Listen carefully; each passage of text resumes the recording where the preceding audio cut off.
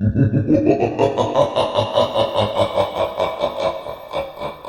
समय की बात है। एक आदमी दाऊद अपनी दूसरी पत्नी समीरा और दो बेटियों फातिमा और आयशा के साथ एक गांव में रहता था। उसकी दूसरी पत्नी समीरा बहुत कठोर दिल और जालिम औरत थी। वह अक्सर फातिमा और आयशा को मारती पीटती और उन्हें ठीक से खाना तक नहीं खाने देती थी। अरे तुम दोनों बदतमीज लड़कियों, सुबह से अब तक काम खत्म नहीं हुआ क्या? सारी जिंदगी ऐसे ही काम करती रहोगी? जल्दी करो, ये सब निपटाओ और कपड़े धो लो। इतना खाती हो और काम कुछ नहीं करती। अगर मौका मिला तो मुझे भी नमक लगाकर खा जाओगी।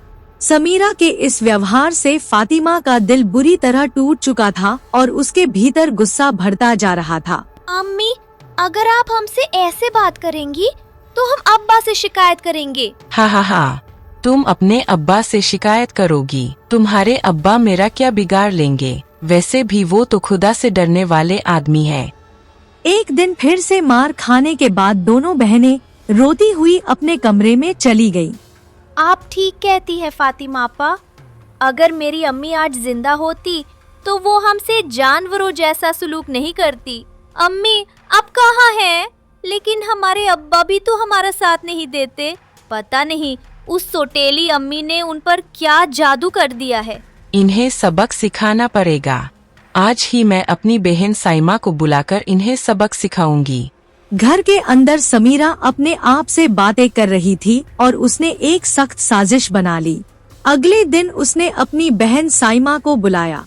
साइमा आई तो समीरा ने उसे सारी बात बताई। समीरा बहन, ये लड़की तो सिर चढ़ने वाली लगती है। अगर इसका इलाज जल्दी नहीं किया गया तो ये तुम्हारे सिर पर चढ़कर तुम्हें नौकरानी बना देगी। दोनों बहनों ने मिलकर एक खौफनाक योजना तय की।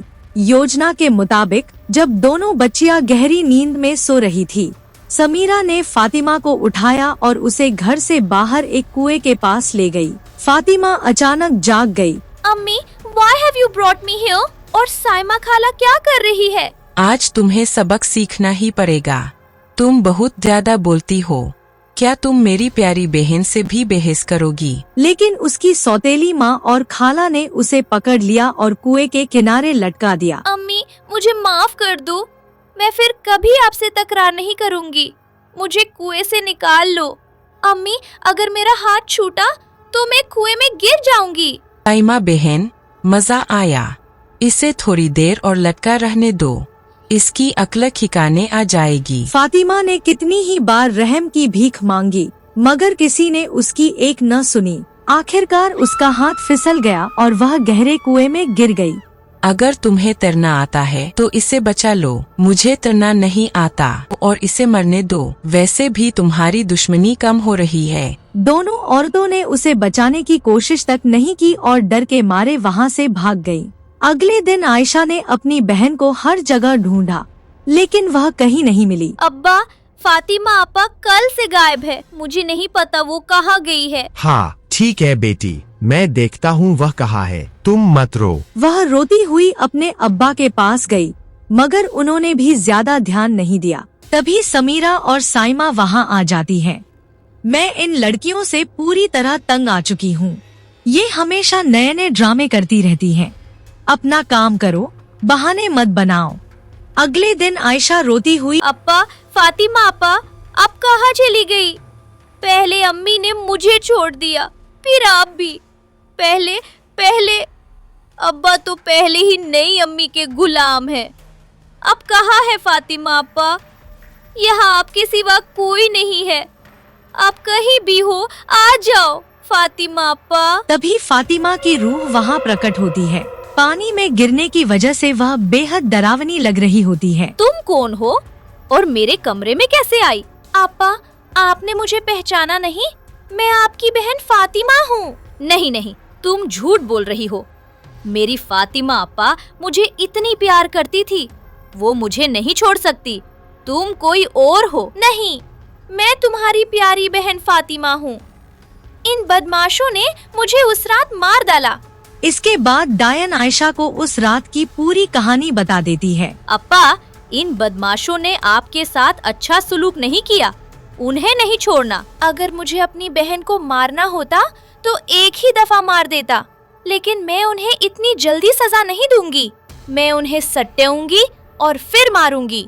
बस मेरी बात गौर से सुनो। फिर डायन आयशा को पूरी साजिश समझाती है। अगली सुबह आयशा घर का काम कर रही होती है, तभी साइमा वहाँ आती है। जल्दी घर का काम खत्म करो। कर रही हूँ। क्या मैं अब मशीन बन जाऊँ? यह सुनकर साइमा को गुस्सा आ जाता है। वह आयशा को मारने के लिए आगे बढ़ती है, लेकिन तभी डायन आकर उसे फंसा देती है। साइमा जमीन पर गिर जाती है। मैं मर गई। ओह मेरी कमर, मेरे पैर टूट गए। मुझे किसने मारा? ये सब तुम्हारी वजह से हुआ लड़की। मैं तुम्हें नहीं छोड़ूंगी। तभी समीरा वहाँ आ जाती है। क्या हुआ? तुम कैसे गिर गईं? मेरे साथ अपने कमरे में चलो। फिर समीरा साइमा को उसके कमरे में ले जाती है। रात को आयशा दाया से बात करती है। अप्पा, आपने इस बदमाश को कैसा सबक सिखाया है? मजा आ गया। आपको ऐसा देखकर अप्पा मैं कितनी खुश हूँ, मैं बता नहीं सकती। अगली सुबह समीरा आयशा को अपने कमरे में बुलाती है। सच बताओ आयशा, साइमा कैसे गिरी? इस घर में आखिर चल क्या रहा है? कल रात तुम्हारे कमरे से आवाजें आ रही थीं। सच बताओ, तुम किससे बात कर रही थी? लेकिन आयशा उसे कुछ नहीं बताती और वहाँ से चली जाती है। उसी रात डायन साइमा के कमरे में आती है और उसके टूटे हुए पैरों को पकड़ लेती है। क्या हुआ साइमा खाला? बहुत दर्द हो रहा। हाँ, बहुत दर्द हो रहा है। लेकिन तुम कौन हो और तुम मुझे ऐसे क्यों पकड़ रही हो? तुम ठीक कहती हो। मैं वही फातिमा हूँ जिसे तुमने कुएं में फेंक कर मार डाला था। नहीं नहीं नहीं, तुम जिंदा कैसे आ गई? तुम झूठ बोल रही हो। यह कहते हुए डायन साइमा को उठाकर उसी कुएं में डाल देती है। साइमा को तैरना नहीं आता था, इसलिए वह मर जाती है। अगले दिन जब समीरा को घर में साइमा नहीं मिलती, तो वह गुस्से से आग बबूला हो जाती है। मेरी बहन कहाँ है? तुम्हें पता है मेरी बहन कहाँ गई है? सच बताओ, वरना मैं तुम्हें जिंदा नहीं छोड़ूंगी। बोलो। कल मैंने इसके कमरे से हंसी की आवाज सुनी थी और कल रात से मेरी बहन गायब है। इसे सब कुछ पता है। आज मैं इसे सबक सिखाकर रहूंगी।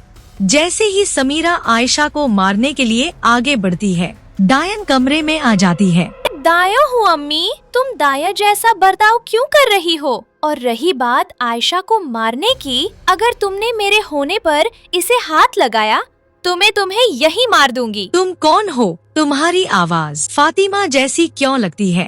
तुम ठीक कह रही हो। तुम ठीक कहती हो। मैं वही फातिमा हूँ जिसे तुमने कुएं में फेंक कर मार डाला था। यह कहते हुए डायन समीरा को उठाकर कुएं के ऊपर लटका देती है। अप्पा, उसे छोड़ दो।